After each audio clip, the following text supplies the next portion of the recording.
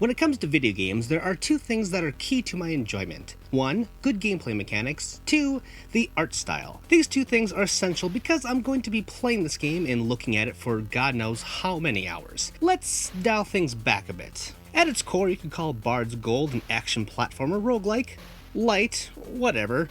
All the story is told on the title screen, wherein your hero follows what appears to be a goblin into a well, and bada bing, you're in a never-ending labyrinth of treasures and horrors. There are 3 difficulties, which I rarely, if ever, discuss in my reviews, but in this case, they act more like modes, so it is important. First of all, we have Normal, which initially starts you out with 4 hearts, checkpoints, and has a small amount of randomness and loot that generates. Retro shortens your life, but doubles up on sudden randomness and loot, and also has checkpoints. It doesn't matter which of the two you choose because from the start you will have throwing daggers as your weapon, as well as the ability to double jump. Each room has a key. In order to move on, you have to vanquish foes, dodge traps, and grab the key before moving on. Moving around feels stiff and the combat isn't that exciting, but whatever.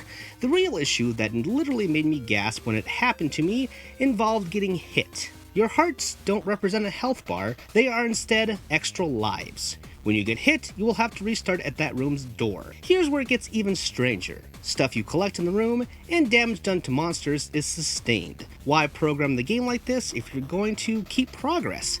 I found it incredibly jarring, but it gets worse. Gems collected can be used in shops found randomly throughout the game. There are a variety of items to get, from different weapons and gear to extra lives. Pretty standard, right? Well, if you get hit, that item will disappear. So if you fork over a bunch of cash for a new weapon and get hit once, no matter how many lives you have left, you'll lose it, making the shop feel unnecessary, especially because there is another use for your gems.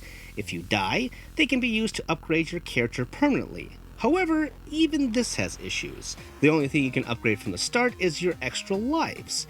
You have to find other tombs in order to upgrade other skills. Everything felt needlessly complicated. So let's get back to the title screen and look at that final difficulty, roguelike, which gives you a health bar, takes away checkpoints, and dishes out a lot more randomness and loot. Besides gems, chests will now have upgrades, and the shops actually become more useful. More expensive, of course, but still more useful. While you can die a lot faster and you don't get to use that permanent upgrade system, I found this version a lot more satisfying, but still not enough to actually call it fun. If you combine this and the other two modes together, I think you could get a better game out of Bard's Gold. It would still look a bit cruddy, like something out of 2015, which is when the game initially first launched on Steam, but it would at least be a more appealing experience. As it stands now, even for $9 at max, it's a hard sell for me.